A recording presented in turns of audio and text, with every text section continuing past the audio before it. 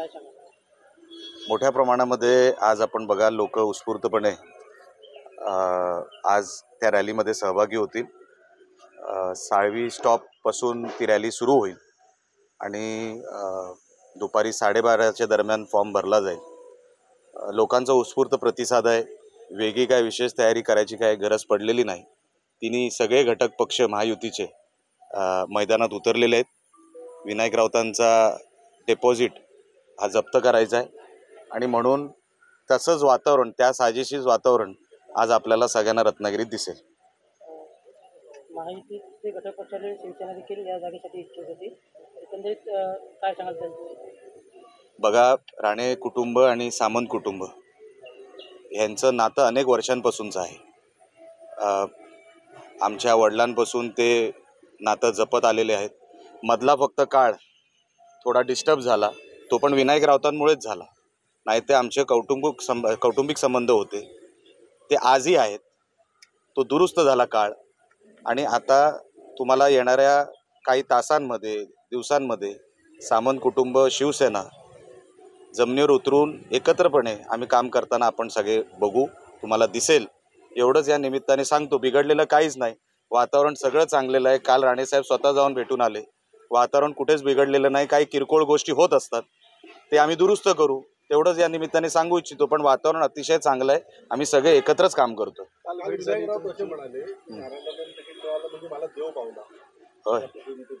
म्हणजे राणेसाहेबांना देवाच्या ठिकाणी ठेवलं असं मी समजतो।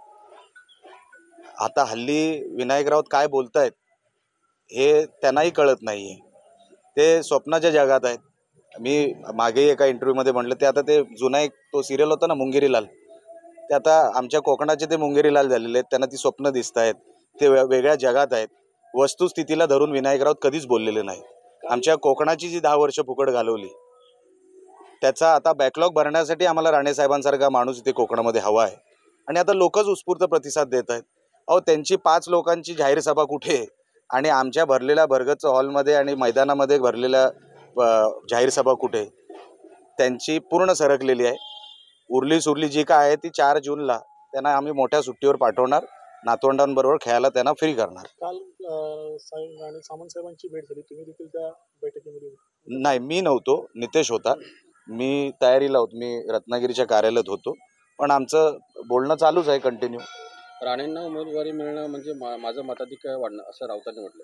आता दुसरं ते काय म्हणणार आहेत? म्हणजे तुम्ही राऊतांबद्दल प्रश्न विचारताय, तो माणूस कधी चांगलं बोलला आहे का? अहो, त्याच्या जिभेलाच खरूज आहे,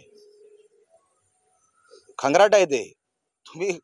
तुम्ही त्या माणसाकडून दुसरी काय अपेक्षा ठेवता? आता दुसरे कुठले शब्द आता बोलायला लावू नका, भैरवबुवाच्या मंदिराच्या बाहेर उभे आपण त्या माणसाकडून तुम्ही दुसरी काय अपेक्षा करता ते तरी सांगा। कधी कोकणासाठी काय चांगलं बोलला, केलं? एक बालवाडी उभी केली, संस्था उभी केली, काय नाही। फक्त बेरोजगार मुलाला त्यांनी रोजगार दिला स्वतःच्या, त्याच्या पलीकडे काय केलं विनायक राऊतांनी? म्हणून सांगण्यासारखं करण्यासारखं काय नाही। राणेंवर टीका करणं हीच त्याची ओळख आहे। विनायक राऊतांची ओळख महाराष्ट्रात काय? हा राणेंचा विरोधक, एवढी त्याची लायकी आणि त्या लायकीमध्ये त्याला सुट्टी देणार। कुडाळ मालवण मतदारसंघाचे आमदार वैभव नाईकांनी असं म्हटलं की राणे प्रत्येक वेळी पहिल्या सीट बेंचवरचे विद्यार्थी समजत होते, सांगत होते, मात्र ते शेवटच्या बेंचवरचे असल्याचे भाजपने स्पष्ट केले। एवढं वैभव नाही बोलू शकत नाही, त्याची जीभ जड आहे। हे कोणतरी स्क्रिप्ट लिहून देतं त्याला, तो पेलवान कॅटेगरीचा माणूस आहे, तो बोलू शकत नाही। हे सगळं कोणतरी लिहून देतं, वैभ्या हे बोल, मग वैभ्या बोलणार। त्याच्या पलीकडे तो आयुष्यभर वैभ्याच राहणार। त्याला कधी उद्धव ठाकरेंनी मंत्री केला नाही, तो कधी मंत्री होणार नाही। 10 वर्षात आजूबाजूचे मंत्री झाले, पण याला कोणी साधा मंत्री केला नाही। अरे, तुला बाकावर पण बसवलं नाही उद्धव ठाकरेंनी स्वतः। तू दुसऱ्यांच्या बाकाची चिंता करू नको, तुला बाक पण दिला नाही आणि तुला पण आता मी ऑक्टोबरमध्ये सुट्टी देतो की नाही बघ। साहेब, आज भाजपचे वरिष्ठ नेते कोण येण्याची शक्यता आहे फॉर्म भरताना? राणेसाहेब, मला असं कळलंय की गोव्याचे मुख्यमंत्री प्रमोद सावंत साहेब आलेले आहेत। अजून कोण आले मला माहित नाही, मी व्यवस्थेमध्ये बिझी होतो।